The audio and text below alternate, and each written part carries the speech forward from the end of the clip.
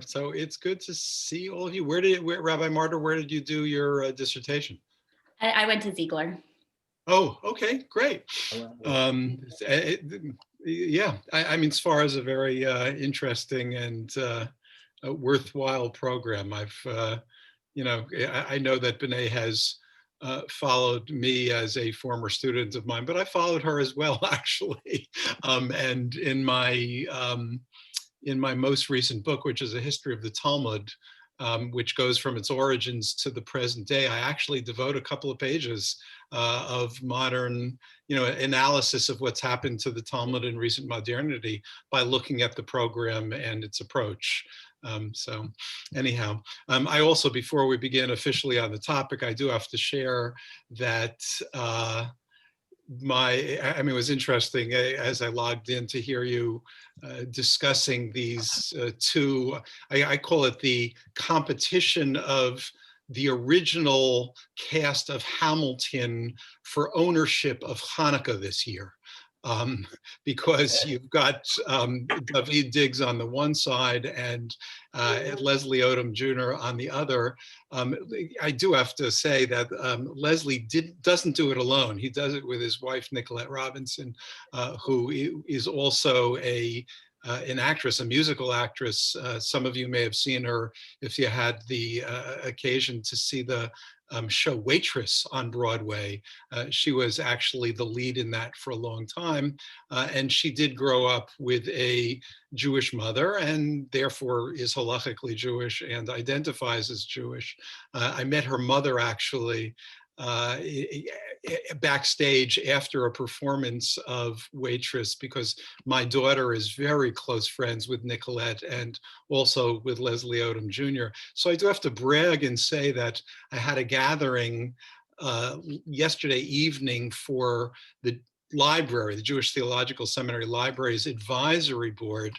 And I had gotten in touch with Nicolette and Leslie and asked if they would do a special version of Ma'oz Tzur a cappella with a special dedication to my advisory board. And they were generous enough to do that. And it was beautiful and one of the highlights of my stewardship of the institution. So just worth sharing. Okay, so it's nice to see all of you. We're in South Orange, right? Even though we're not in South Orange, or most of you are in South Orange? Yes. Is that right? Or very nearby. Or very nearby. Okay. If you know nothing more about me, aside from the introduction, I do have to share that I grew up in Livingston, and actually my family attended Ob Sholem for all of the years that we lived there. So that's where I went to Hebrew school. My grandfather actually was a founding member of Yorshul. And so it's part of my family history as well. So in any case, I've got connections to South Orange and spent as much time as I could there avoiding the actual classes of Hebrew school while going to Grunnings. I don't know if it's still there in the village. Oh, It disappeared a long time ago. Yeah, so but it was a nice time. It was a very nice time. Nuremberg will want to know the name of your relative who was one of the founders. His name was Förster, Charles Förster. And he was a member and made donations to help get the building built at the very beginning. Okay, so in any case, our topic today is not that, but it is instead Hanukkah. And the topic that I've chosen to address is a kind of reversal of the way that I was taught about Hanukkah, and I'm sure many of you were taught about Hanukkah as well. That is to say, it's a very nice little holiday to celebrate and observe, but don't get too excited about it because it's, after all, not a significant occasion in the Jewish calendar. And if you make too big a deal of it, the only possible explanation can be because we are imitating our Christian neighbors. Is this an approach that you've heard in the past? If you have, like, shake your heads or wave your hands or something. This is not a strange message that I'm saying. Okay, good. So what I'd like to suggest actually is that this is an odd but strategic misrepresentation, which leaves us with a misunderstanding of Hanukkah. And the history of this particular claim about Hanukkah that you and I know very well is worth diving into, both because it hides the original energy behind Hanukkah, at least as far as the rabbis were concerned, the rabbis of the Talmud and even before, but also because it misrepresents the recent history of Hanukkah as well, and it's worth knowing both of those things. So let me begin recent, and then we'll go back to the sources. And when we've had a chance to go through the sources, I think we'll, have a rich discussion about it. Let me say, since we all fit on at least my one screen, you're welcome to ask questions at any time. Please remain, muted in between. But if you want to ask a question, just raise your hand like this in the screen, and I will call on you after I'm finished with the thought or the like. Okay. There is a book that I recommend. It's an interesting book, not beach reading, but also not terribly demanding, by a woman named Jenna Weissman Josselit, called The Wonders of America. It's probably about 15 years old at this point. You're welcome to check. I might be off by a few years in one direction or the other, but it's a book that's been very influential for me in two ways. First of all, because it asks us to take seriously the material culture of modern Jewish households, what some would call Jewish kitsch. And imagine taking Jewish kitsch seriously. This book does. And in the course of studying the material culture of modern Jewish households, things like, I don't know, bar and bat mitzvah yarmulkes and kiddush cups and all kinds of other things. But in the course of that, she also examines the way modern American Jews have observed a variety of holidays using the material culture of that holiday, and Hanukkah is one of them. And so what Josselit does in this book is actually to share a fascinating recent history of Hanukkah. And lo and behold, it's very different than what you might expect. So she goes back to the early decades of the 20th century, in the latter part of the wave, the large wave of Jewish immigrants from Russia and adjacent lands, Eastern Europe. And she notes that while there were some Jews who came to these shores and did their best to maintain their practices from the old world, many were already of the opinion that their Jewish life represented an obstacle in modernity. And certainly when they came to modern America, they wanted to become modern Americans as quickly as they could. And so when they found themselves in the midst of their Christian neighbors and looked at the Christian observance of Christmas, which wasn't as grand then as it became later, but still was very significant, many Jews immediately gave up or did little to observe Hanukkah, and instead got Christmas trees or other Christmas decorations. This was in the 20s into the 30s of the 20th century. And as you might imagine, this left both rabbinic and other Jewish community leaders distraught, because here you've got Jews coming from the old country who, Americanizing, are already adopting, I should say, Christian practices, and they're neglecting Hanukkah. And so if you look at the editorials in the variety of Jewish press from these years, you'll find again and again that Jewish community leaders are trying to persuade Jews that Hanukkah is a significant holiday and that they should not neglect it. Incredibly, perhaps, these leaders were successful. And before too long, the same Jews who had been neglecting Hanukkah and observing Christmas began to observe Hanukkah.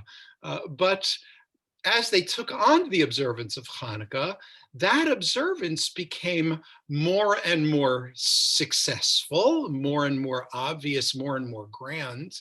And this is my commentary on when Josselin says, you may know that when Jewish leaders enjoy success, they get anxious because success is not supposed to be a part of Jewish life. And so when the Jewish leaders succeeded and Jews began observing Hanukkah as they had just a short while before argued that they ought to, these same Jewish leaders became anxious again. And so in the 50s and the 60s, they reversed their message. Rather than encouraging the emphatic observance of Hanukkah, they instead began to say, Hanukkah is a minor Jewish holiday. It shouldn't be such a big deal. Don't think you should be doing like the Christians are doing, and do it in a modest way, but don't get carried away. And that's the part of the history that we know. Lo and behold, what we see from this very brief part of the history is that the notion that Hanukkah is a modest or minor festival is not obvious, and one can actually make the opposite argument. And there were leaders of the community who did make that argument when they saw Hanukkah neglected. So that's the recent history. What it does, though, is to open us up to some very interesting questions, which we'll be able to address as we begin to look at the sources. Is there anything that I've just said that puzzles you or that you'd like to ask a question about before I go on? Yes, Deborah. Did they get anxious because they thought that people were just trying to mimic Christmas? I know Jews get anxious with success, but was it because it was seeming too much like Christmas, or why would they get anxious? That was certainly the stated reason. That was certainly the stated reason, but it's ironic because if you look at the earlier messages, what they said in one way or the other universally was, we've got our holiday. We don't need to observe Christmas. We've got our own holiday, and it's a significant holiday, and it's Hanukkah, and you should observe that with full energy and enthusiasm. So you're right about the latter, but it's not obvious that that would have been the outcome. That's the only way I would say it. Okay, I hope that answers your question. Anybody else? Claire, go ahead. Yeah, you have to unmute. Thank you. Could you give some backup or some examples of this idea that Jewish leaders backed down because they were afraid of success? Well, what I mean by that, I'm sorry if it comes across as a little bit cynical, although I did see Rabbi Martyr shaking her head when I said it approvingly, so I know that I wasn't completely off. I think what I meant by that is that part of Jewish tradition is the weight of persecution and the like. I do believe that when Jews are doing too well, they get anxious.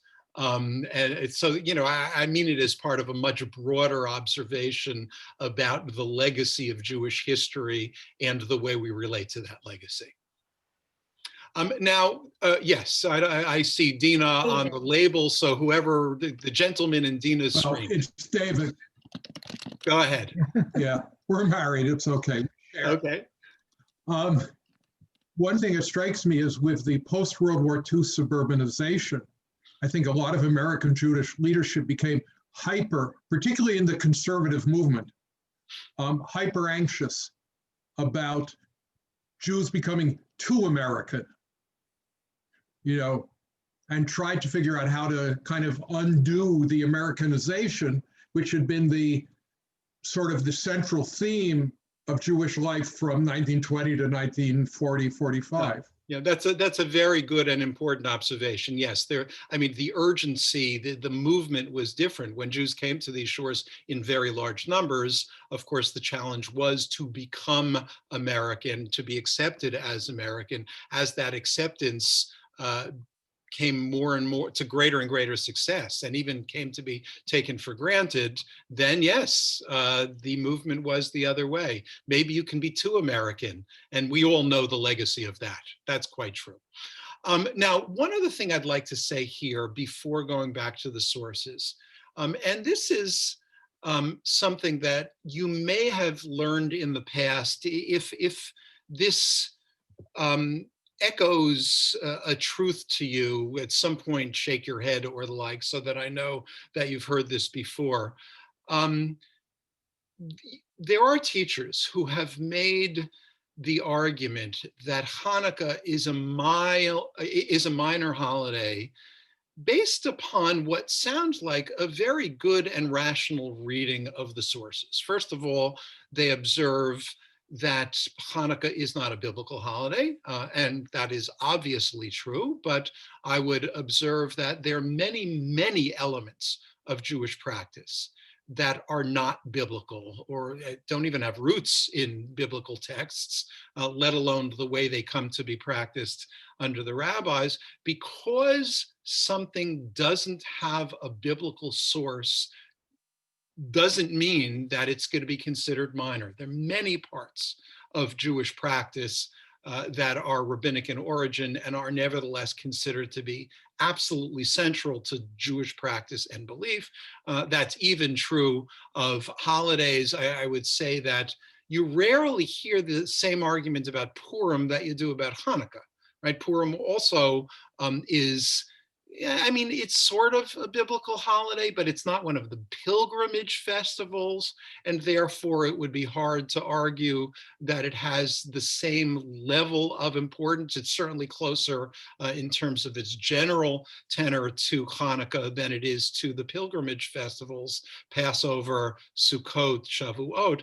Nevertheless, you don't hear the argument that this is minor and let's be sure not to get overly enthused by it. You also may have heard some teachers say that obviously the rabbis, that obviously I put in scare quotes, the rabbis didn't think much of Hanukkah because there is no section, no tractate of the Mishnah and Talmud devoted to the laws of Hanukkah, right? So if there's no section of the law devoted to it, it must mean that they didn't think all that highly of it. Well, this is true that there's no section in the Mishnah devoted to it, although there are pages of the Talmud devoted to the details of how to light the lights and so forth, which we will see as we go forward. But I just want to observe that the argument that neglect in the first great rabbinic work of law, the Mishnah, is equal to saying in effect that it's not significant, this is a nonsensical argument. And I mean the word nonsensical in the literal sense of the term here. It makes no sense because there are a variety of reasons why the Mishnah might or might not comment on things. There is no tractate of the Mishnah, for example, that talks about how we write and create a Sefer Torah, a Torah scroll. And yet no one would argue that a Torah scroll is insignificant to Jewish practice, right? So the absence of a tractate is not equivalent to saying that something is unimportant. The holiday of Shavuot, if we stick with holidays, there's no tractate in the Mishnah or Talmud devoted to the holiday of Shavuot, because in fact, there's very little to say about Shavuot. There are few distinctive practices to Shavuot. The most distinctive practices of Shavuot, eating dairy and staying up all night and studying, are late medieval and modern practices. And so the rabbis could never have imagined them. But again, lack of law, lack of tractate doesn't translate into lack of importance. And so that kind of argument about Hanukkah just doesn't hold water. The other thing which is noted, and we'll come to this in order to build the bridge to our sources, some people argue that the books of Maccabees, and here they mean in particular first and second Maccabees, both of which are included in the Apocrypha of the Roman Church, of the Catholic Church, and in other apocryphal collections and parts of certain Christian canons, but not part of the Jewish canon, not part of the Tanakh, must be evidence that these holidays are unimportant. Therefore, they didn't include the books of the Maccabees. But in fact, the books of the Maccabees weren't included not because of any opinion about the holiday. They weren't included because any work that was identifiably post-Persian, that is to say, after the conquest of Alexander the Great, any book that you could identify as having been formulated after the conquest of Alexander the Great was not included in the Tanakh for other reasons having to do with what counts as sacred history and so forth. But again, it's not an expression of importance. And so all of the common arguments for the minor quality of Hanukkah are easily thrown aside. And I hope that that lays the foundation for us to be able to go back to the sources actually and ask ourselves what the sources think about the importance of Hanukkah. So does this make sense? Any questions about what I've now said before we go back to the sources? Mindy, yes.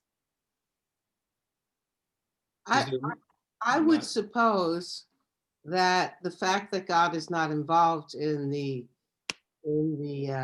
apparent conquest of the period of the time, that it was a human endeavor, was part of the issue. And also the fact that the reign of the Maccabees devolved into a rather chaotic, corrupt political entity. Also, okay, so let's deal with both of those quickly, and then we'll see the way the sources respond. This is Lorraine, as in Bob and Lorraine? it is. Hi, Oh my God, okay, great to see you guys. I was holding back, but since you've spoken up, it's wonderful to see you. Wonderful to see you too. The question, of course, is whether they saw it as a human endeavor. Right? You may take that for granted. I may take that for granted. But certainly the authors of First and Second Maccabees did not take that for granted. Quite the contrary. They assumed that the Hasmonean, the Maccabean revolt, the beginning of the Hasmonean dynasty, were divine interventions in human history. God doesn't neglect us. God doesn't abandon us. And so, at least at that stage, the belief was clearly that these were divinely controlled events on some level of things. And as we'll see, the same was true of the rabbis later on. Now, you're adding something very important, which is that there are those who say that the devolution of the Hasmonean house and its corruption, its participation in Hellenization, all led pious Jews following the Hasmoneans to at best have misgivings.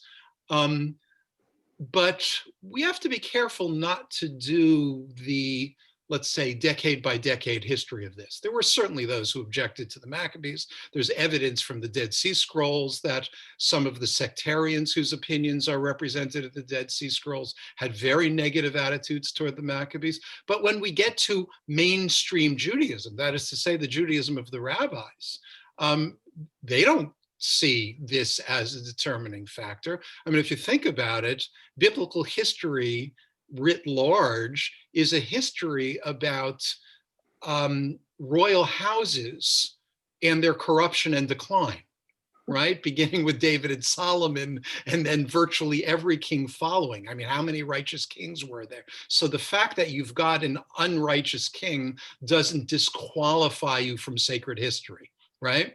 But again, you're right. There were those who were very uncomfortable with the Hasmoneans, less because of their corruption, and I think more because they actually claimed a right that they didn't have. They claimed to be kings, even though they weren't descended from the house of David. And they claimed to be high priests, even though they weren't descended from Sadok, which was the traditional house of the high priest. And those were disqualifying enough. But again, when we get to the rabbis, it seems clear that the rabbis look back at least the occasion of the reconquest and rededication. And that, after all, is what Hanukkah is about. It's not about the dynasty that follows, as noble events that were expressions of divine intervention in human history. Okay, was there anybody else here? Rachel. I was Hi. I had a question about how modern the describing Hanukkah as a minor holiday is. I ask because most often I hear that when people are talking about Christmas and Hanukkah together as almost a response to how we currently celebrate Hanukkah, or how some Jews in America celebrate Hanukkah, that, oh no, it's not like Christmas, it's a minor holiday. I almost never hear people, at least in my peer group, talking about it as a minor holiday in relation to anything that's been discussed so far, and more just as it's not Christmas, it's a minor holiday. So, well, yeah, it's certainly not Christmas, right? But I'm judging it against the background of the other Jewish holidays, and then we can. Yeah. The other thing I would say, if you think about it, and this is for everybody, you may or may not know the answer to this. There are only 2 occasions in the Jewish year that Hallel is recited in its fullness for 8 days straight, right? And they are, can anybody identify them? Well, Hanukkah, we're on like the 1800th time I've heard it this week. Okay, good. So Hanukkah is one, and what's the other? Sukkot. Sukkot, that's right. Now, if you are, I mean, think about it. We don't even recite full Hallel during the intermediate days of Pesach, of Passover, right? So this is a ritual commentary on the nature of the day, even on the importance of the day. The fact that we recite full Hallel, not half Hallel, full Hallel for all 8 days of Hanukkah already is something we should be sitting back and noticing and saying, what does this mean to claim for us? So I'm actually going to use that as a bridge to looking at the sources. So let me share my screen here. I see you, Len. You want to ask a question while I'm... Yeah. I mean, I believe there's a Torah reading for all 8 days. And if we want to think about the importance of a holiday by how long we sit in shul, second to the high holidays, I mean, Shabbat Hanukkah wins.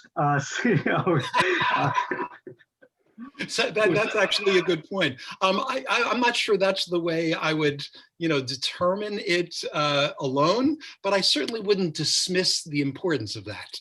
It's something that needs to be considered. Okay, I hope you can all see what's on the screen. And now I can't see all of you at once anymore. And so if you, I don't know, Rabbi Martyr, can you follow everybody? And if somebody asks a question, they can either put up the raising hand icon or put something in chat and you'll let me know? Yes. Okay, great, thanks. So some of you may know this, but I want to make sure that we all do. What you have in front of you is the text at the very beginning of the second book of Maccabees.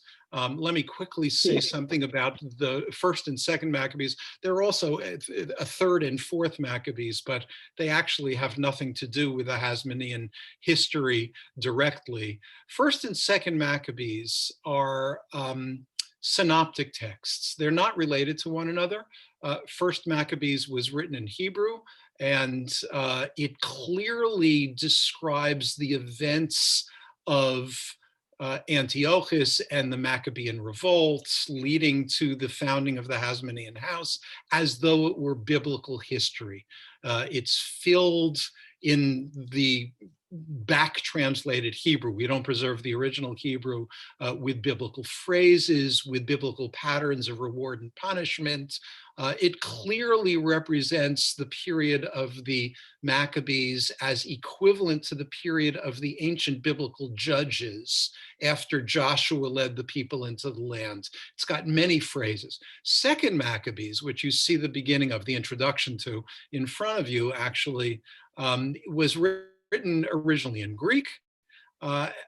And it is very much a Hellenized text on the one hand, but it is written by a Jew who is very, very proud of the Hasmonean history, who believes God was involved in that history. And so even though it's not written as a biblical text, it tells us a lot about how at least some Jews thought about the recent events. So you can see before the history begins, the writers of this commence with an epistle, a letter to their brethren living in Egypt. You can see, so to Jews living in Egypt from brothers, Jews in Jerusalem and Judea, greetings and untroubled peace. May God prosper you, remembering his covenant with Abraham, Isaac, and Jacob. What you see here in red, by the way, I just copied and pasted this from the Sfaria website. For those of you who haven't used it, Sefaria. It's a wonderful online Jewish library with many of the Jewish classics in their original language and many even with translation. So that's what you've got here. In any case, you can see that they are writing to their brethren in Egypt in order to speak about recent events and the holiday that has been founded on the basis of commemorating, or in order to commemorate those recent events. So if you look at verse 7, I skip various parts here. During the reign of Demetrius, year 169, we Jews wrote to you as follows: in the extremity of trouble that befell us in the years after Jason and his associates had betrayed the Holy Land and the kingdom. These were the events that led to the desecration of the temple with Antiochus, burning down the temple gateway, shedding innocent blood. We prayed to the Lord, and were then heard. And we then offered a sacrifice with wheat flour. We lit the lamps and we set out the loaves. And we now recommend you too to keep the Feast of Shelters in the month of Kislev. Right, and then it gives the year, and then there's actually a second epistle here, beginning with verse 10, again, the people of Jerusalem and Judea, writing, please observe this holiday. And if you look at verse 17, 18, blessed in all things be our God, who has delivered the sacrilegious over to death, and we shall be celebrating the purification of the temple, clearly the Hanukkah events, on the 25th of Kislev. We consider it proper to notify you so that you too may celebrate it as you do the Feast of Shelters and the fire that appeared when Nehemiah, the builder of the temple and the altar, offered sacrifice. For when our ancestors were being deported to Persia, the devout priests of the time took some of the fire from the altar and hid it secretly in a hole like a dry well, where they concealed it in such a way that the place was unknown to anyone.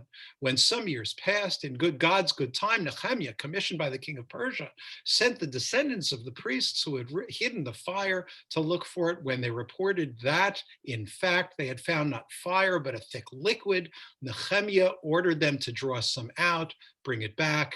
When they had done this, Nehemiah ordered the priests to pour this liquid over the sacrificial materials, and that led, you can see in the next verse, the sun came, and despite the fact that it had been clouded over, a great fire flared up, and the remains of the oil for the lights of the temple were here miraculously reignited at the time of Nehemiah. So there's a lot here. I'm going to stop sharing. We'll come back to this text in a moment, but this way I can see you.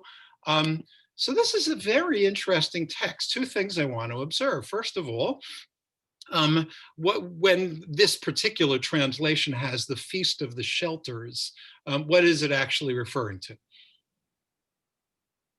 Sukkot. Sukkot, clearly, yes. I mean, shelters is Sukkot. Shelter is a perfectly good translation of Sukkah. So this is a translation from Hebrew to Greek to English. But most English translations here have either booths or some such. Shelter is an unusual translation amongst those available, but it's clearly the festival of Sukkot. And so in the argument of these Jews of Jerusalem to their brethren elsewhere, they're asking their brethren elsewhere to observe the rededication of the temple, which occurred in the month of Kislev, beginning on the 25th of Kislev, as though what? As though it were the holiday of Sukkot, as though it were the holiday of Sukkot. And the question, of course, is why? But I'll come to that why in a moment. I first want to observe what we said before, that the two occasions in the Jewish year that we recite a full Hallel for 8 days are Sukkot and Hanukkah, right? So the liturgy recognizes this connection and makes it quite explicit. I see you, Michelle, just one moment, right? So that's the first part of it. The second, if you think about it, going a little bit later in this introduction, we've got this story of Nehemiah.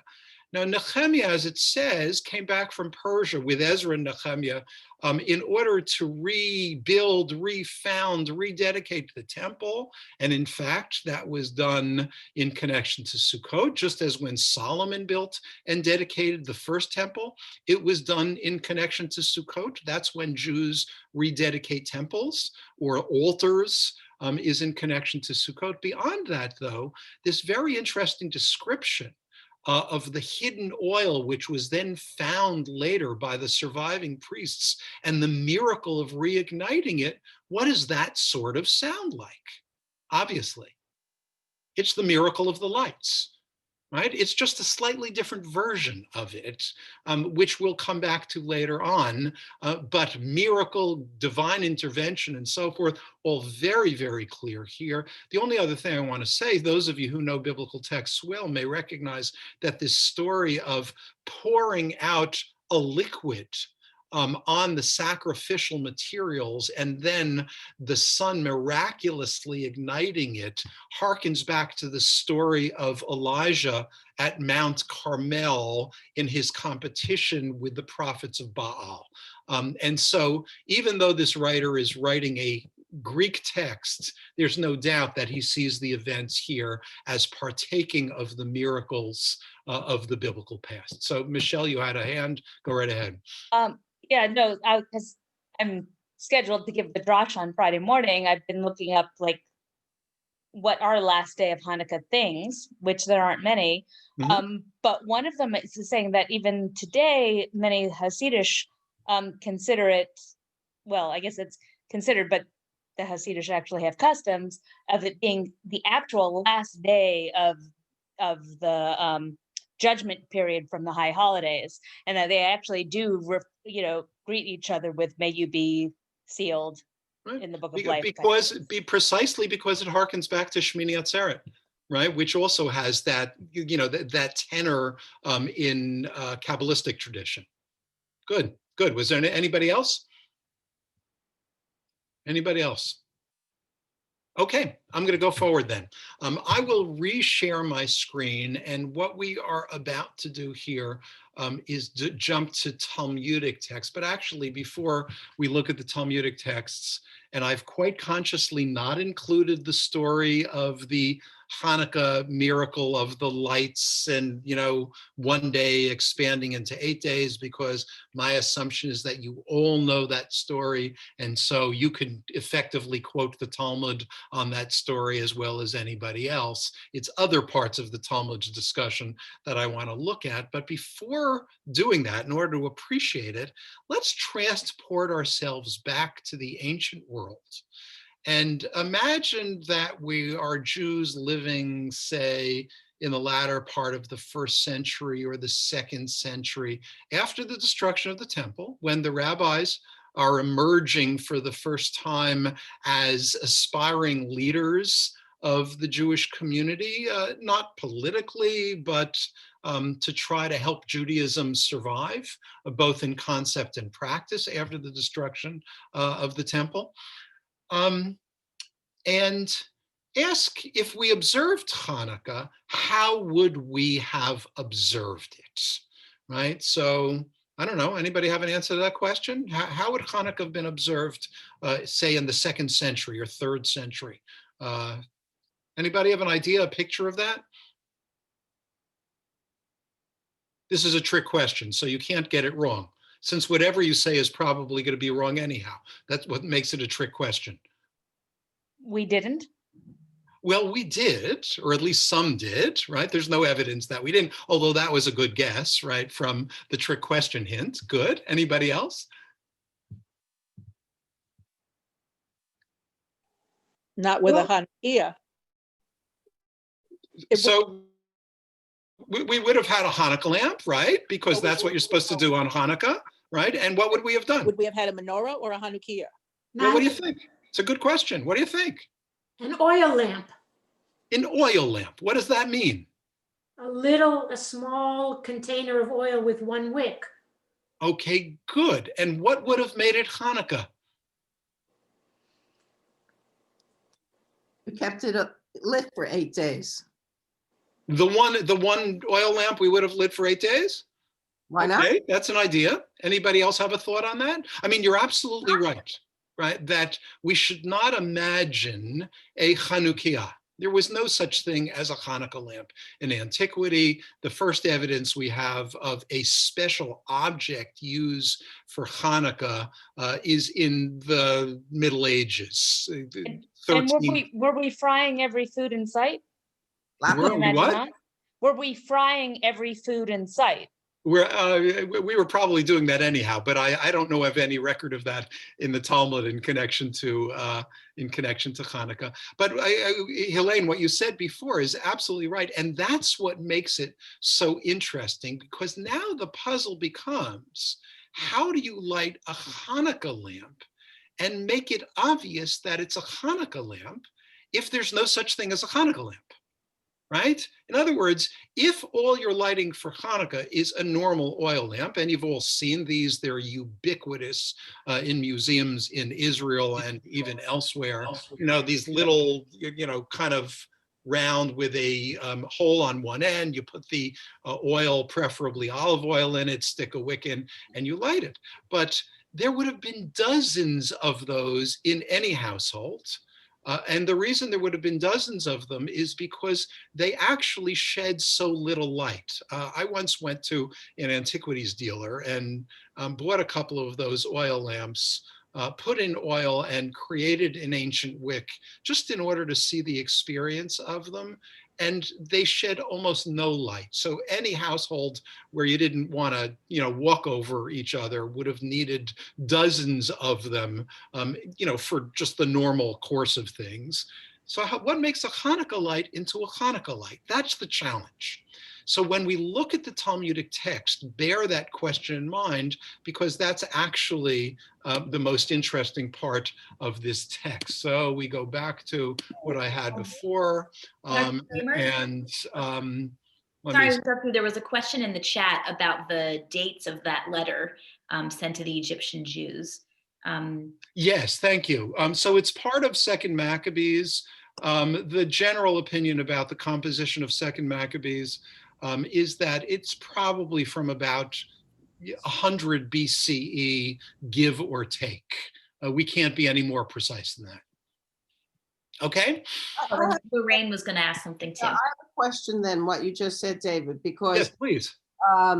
We know in synagogue mosaics, we know from Titus's ark that the menorah was a very important symbol for the Jews in ancient times. So you're saying that the menorah that's depicted there is not representative of a Hanukkah? Correct. Menorah was the most ubiquitous ancient and not so ancient Jewish symbol.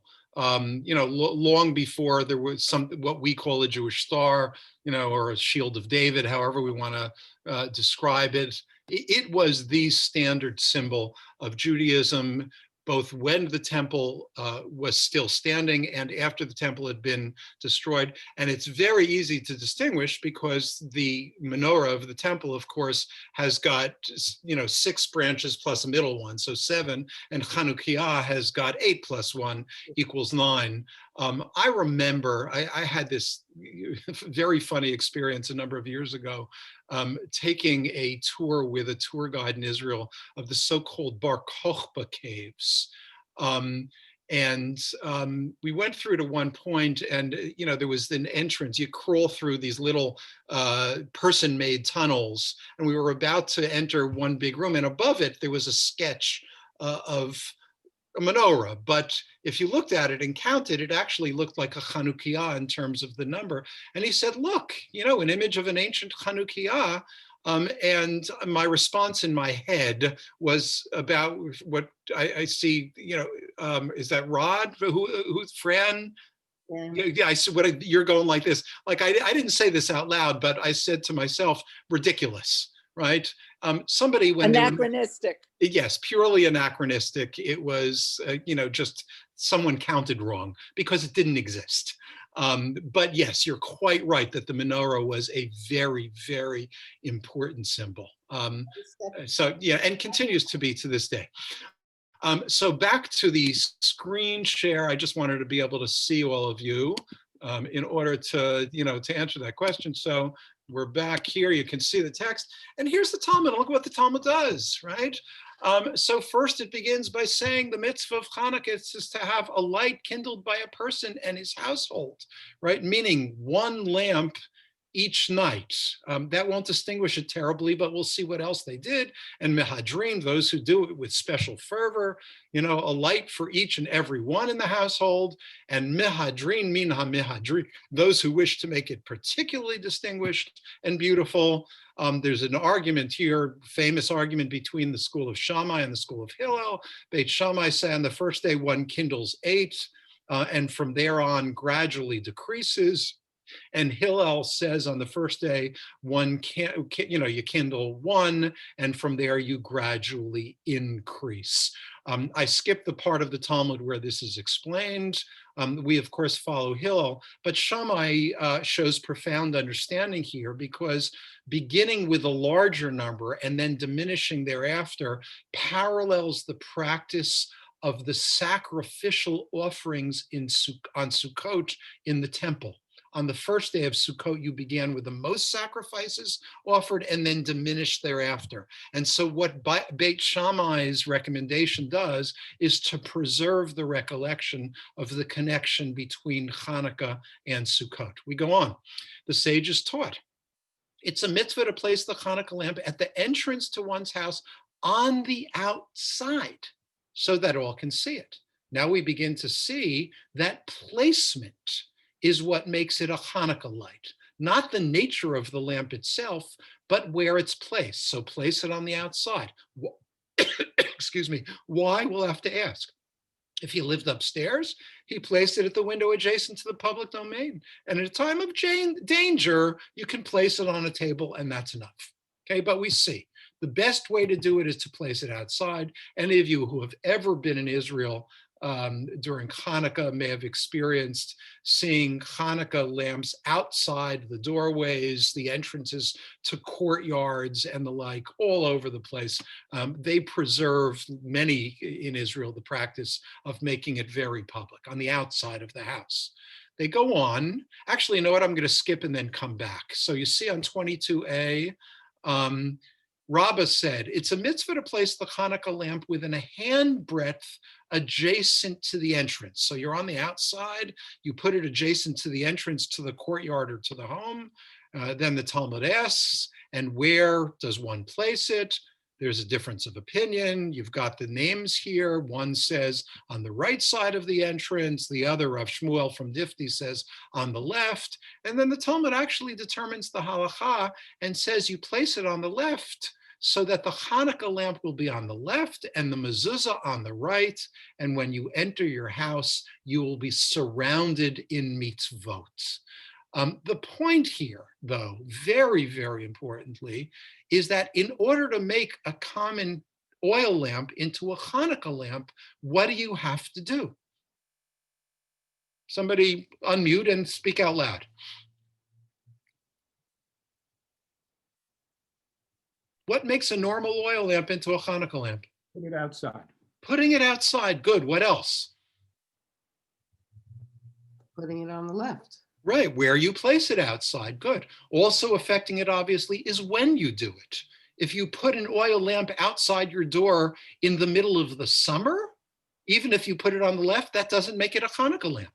Right? You've got to do it on Hanukkah, and you've got to do it at a particular time of day, which I skipped over here, but the Talmud also makes reference to. You do it from the moment it gets dark until the time that, and here the Hebrew, I'll translate it literally, ad shechale regel min hashuk, until you no longer see people walking by in the marketplace, right? As long as people are out and about, that's the proper time for the Hanukkah lamps. When people are no longer out, you can't do the mitzvah of Hanukkah anymore. Now, two other things I want to look at. Was there a voice there? Yeah, so does the number of lights matter? It actually doesn't, because if you do it with one lamp every single night, you've fulfilled the mitzvah just fine. If you do it 1, 2, 3, 4, 5, 6, 7, 8, then you've done even better. But the mitzvah only requires one each night. Question. Yes, please. This might sound like a crazy question, but are the Jews living only among Jews, or are we living at this time in a mixed area? And is the point to show the light to Gentiles or to other Jews or to both? It's an excellent question. I want to wait to answer the second part of your question until we get to the last Talmudic text. The first part we can say with confidence. I mean, the land of Israel was not a Jewish land during these centuries. There were plenty of Roman pagans, quote unquote, around, and others. And so even in Jewish cities, like Jerusalem, for example, or in Jewish cities up north, when the population center moved to the Galilee, even the so-called Jewish cities had plenty of non-Jews who were living as neighbors, which makes the second part of your question particularly relevant. Now, I want to observe that the Mishnah does actually refer to Hanukkah a couple of times, and one of these references is particularly important. It's quoted here on the screen in front of you. So the Talmud quotes it and says, we learned in a Mishnah with regard to the law of damages that if you have a spark that comes out from under a hammer, and that spark went out from an artisan's workshop, and this workshop was in the shuk, and caused damage, then the one who struck the hammer is liable because they started a fire and should have been more careful. Similarly, in the case of a camel that's laden with flax and it passed through the public domain, through the shuk that is, and its flax entered into a store where, of course, there will be lamps, fire lit to light up the store, and caught fire from the storekeeper's lamp and set fire to the building or adjacent buildings, then the camel owner is liable because under those normal circumstances, the camel owner should have been more careful, and therefore neglect leads to liability. However, if the storekeeper placed his lamp outside the store and it set fire to the flax, right, the storekeeper is liable under ordinary circumstances, because while it's nice to have a front door lamp, you can't do it in a way that might create danger. And then Rabbi Judah comes along and says, if the flax was set on fire by the storekeeper's Hanukkah lamp, and in the Hebrew, this simply says,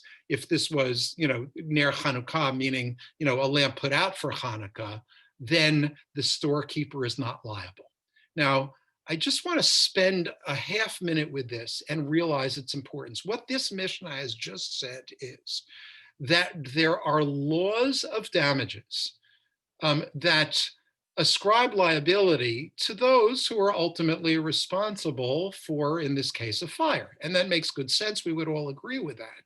But the importance of observing Hanukkah properly, and as we've already seen, in order to observe Hanukkah properly, what do you have to do with your lamp? You've got to put it outside, right? So the importance of that is so great that it actually shifts the burden of liability in the law. That is very significant, right? That is the rabbis who, of course, always think, or almost always think through legal categories. That's their way of saying, you know what? We consider Hanukkah to be very important. How important is it? So important that if you're performing that mitzvah, it now becomes the responsibility of the camel driver or other going by in the shuk to make sure that they don't do damage by coming into contact with the Hanukkah lamp put out by the storekeeper. Now, in order to build on that, last but not least, we've got a really interesting text here on 23b. Can you all see it? Yes? Okay. So Rava said, it's obvious to me that when a person is poor and must choose between, just by the way, the bolded text here is the original Hebrew or Aramaic, and the regular text is the translator's explanation. So I might or might not include it in order to make sense of the text. So in any case, Rava says it's obvious that if you've got only enough money to purchase either oil to light a Shabbat lamp for the home or to purchase oil to light a Hanukkah lamp, then, now I'm going to pause for a moment, everyone guess which one comes first, right? So the answer is the Shabbat lamp, but maybe not for the reason you thought. For peace of the home takes precedence, right? So in order to make sure that you can see and you're not tripping over each other, you need the Shabbat lamp, which you're permitted to use the light of, but not a Hanukkah lamp. Now it goes on. Similarly, if there's a conflict between acquiring oil to light a lamp for his home, meaning for Shabbat, and wine for Kiddush, sanctification of Sabbath day, the lamp for his home takes precedence, again, to the peace of his home. I don't know whether we would have guessed it that or not. Now, don't read ahead, just listen to me. Now comes the third question. However, Rava raised a dilemma. When the conflict is between purchasing oil for a Hanukkah lamp or wine for Kiddush of the Sabbath day, then what's the law? Does Kiddush for Shabbat day take priority? Right? Or does the Hanukkah lamp take priority? Now, if you had not seen this text, tell me, what would you have guessed? Somebody do it, shout out. Kiddush. Obviously Kiddush, right? And we would all have guessed that. Why would we have guessed Kiddush? Well, because the Sabbath is a biblical holiday, right? And Hanukkah isn't, because Shabbat is significant, and we've all been taught that Hanukkah is not so significant. Right? Yet, contrary to all expectations, look at where the Talmud now goes. After he raised the dilemma, he then resolved it, saying the Hanukkah lamp takes precedence due to publicity of the miracle. This is in Aramaic, in the original Pirsume Nisa, the publicity of the miracle. Now, let's sit back and appreciate that. We all would have guessed that the Shabbat Kiddush takes precedence. I don't think anyone, right, who didn't know this text before would have guessed otherwise. And here we see the rabbis saying exactly the opposite. In effect, what they're saying, the Talmudic rabbis, is that Hanukkah is so important because the task of Hanukkah is to announce, to magnify in public. That's why it's so important to have the lamps outside the shop, outside the house, and so forth. God's intervention in history. All right, Pirsume Nisa. That's what Hanukkah is all about, and that's not an insignificant event. Therefore, if you have the opportunity to make the miracle obvious, that's what takes priority. Here, I would just want to go one half step and then open up to a couple of questions. If you're living under the leadership of the rabbis in, say, the 2nd century, 3rd century, and they say, you know what, this is really important, Hanukkah is, because it publicizes the miracle. Why is that so crucial? I would suggest that the importance of this has to do with the historical circumstance. The temple's been destroyed. The revolt against Rome at the time of Bar Kokhba has failed, meaning that Jewish independence was quashed, that rebuilding the temple was not on anybody's radar for a long, long, long, long time. Jewish life felt bereft of divine presence. I mean, you really felt like the world was unredeemed if you were a Jew living during this period. And the rabbi's task to give Jews hope and purpose was to actually make an argument that no, God hasn't abandoned us, as we might feel, but actually is very much involved in our lives. That's what we mean by nes. Nes, which we translate as miracle, actually means sign, right? A flag. And so what we're looking for is signs of, flags of divine presence in our lives. So one of the ways the rabbis did that, for example, is by creating a system of blessings, right? When we see lightning, when we hear thunder, when we see the great sea, when we eat our bread or other food, when we get up in the morning, when we open our eyes, all of these are occasions for blessings that say, thank you, God, for helping me stand up in the morning, right? Thank you, God, for providing me with my bread. If we say these blessings, then we will have regular reminders that God is very much present in our lives. And those are the miracles of the everyday.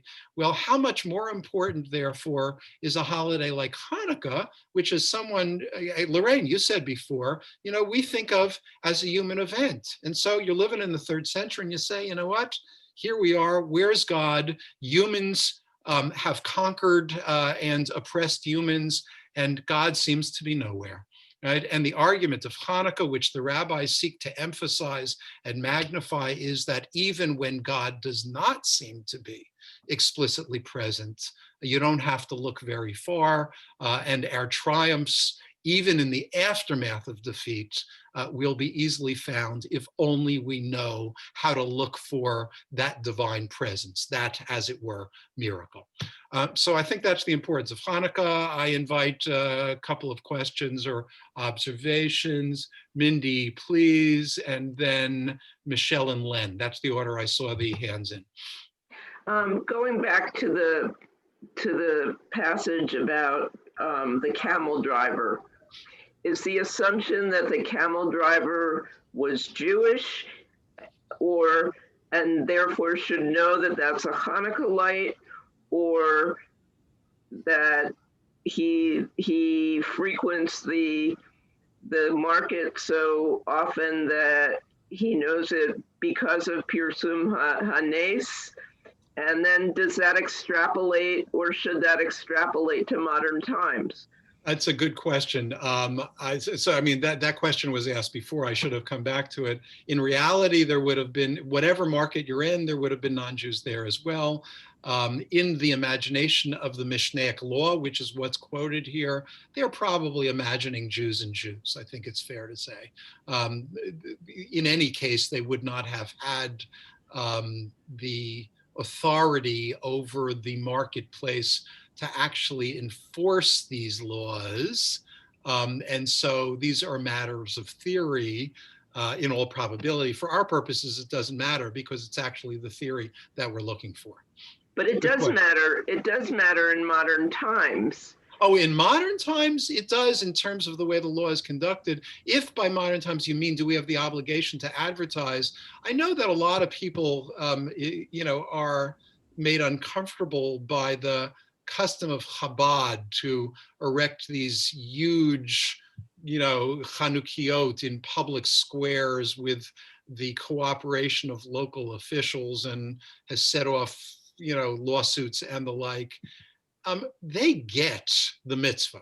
They totally get the mitzvah. Whether there are other reasons, given American considerations, why we shouldn't be doing it, that's for others. I won't weigh in on that. What I would say, though, is that unfortunately, I only say this for Hanukkah times.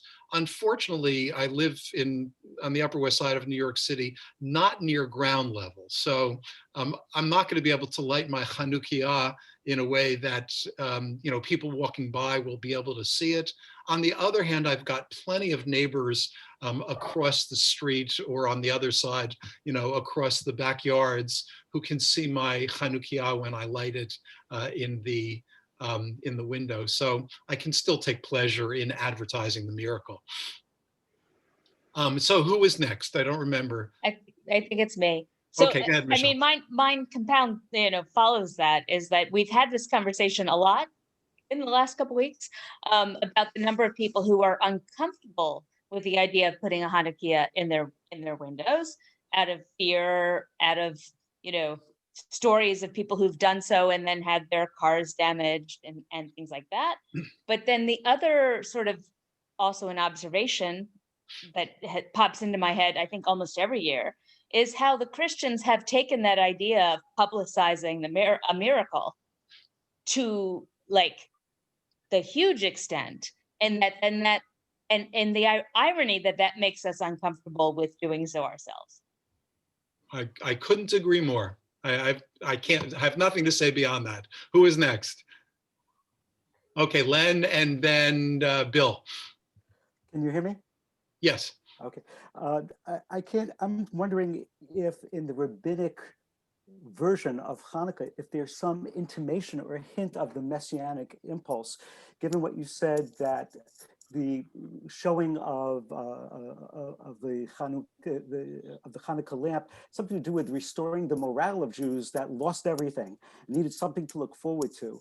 And the Hanukkah story is just about that, when we were so beaten down by the Seleucid Greeks, and here we have the Hasmoneans coming to the rescue and doing all these wonderful things with God's help, of course, restoring Jews' faith. There's something messianic about that too, to my ear. And I'm wondering if the rabbis really took that and Yeah, did you freeze here? He froze. Okay, I hope you can hear me. Otherwise, somebody share my answer after. I mean, the rabbis were messianically modest. So while they certainly would have welcomed the coming of the Messiah and the rebuilding of the temple, they showed no urgency for that. One of the great things about rabbinic rituals that hope for redemption is that they're perfectly comfortable if that redemption comes in the distant future.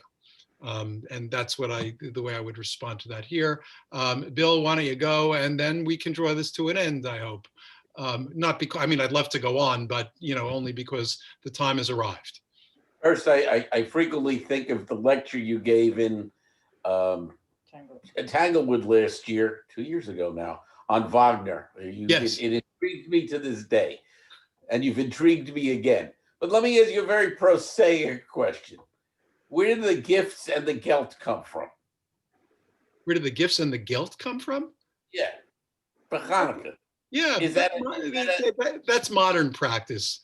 I honestly don't know, I can't point to, its literal origins, but it is a modern practice as far as I know. An American modern or European? No, it was practiced in Europe as well. But again, I don't know the history of its sources. I would say, thanks for reminding me of that Wagner occasion. There's a new book by an absolutely wonderful music writer, Alex Ross, called Wagnerism, which is about the legacy and reception of Wagner, which I'm reading now. So I've been thinking about the discussions we had there in Tanglewood a lot since I've taken up that book. Well, it's nice to see all of you. I wish you all a wonderful Hanukkah. If this isn't your miracle holiday, then I encourage you to find others. And one thing I would say is that the Talmud says not only should you be saying special blessings and celebrating when you see places where Israel collectively experienced miracles, but you should also recite blessings when you see places where you experienced miracles in your own lives, personal miracles in your own lives.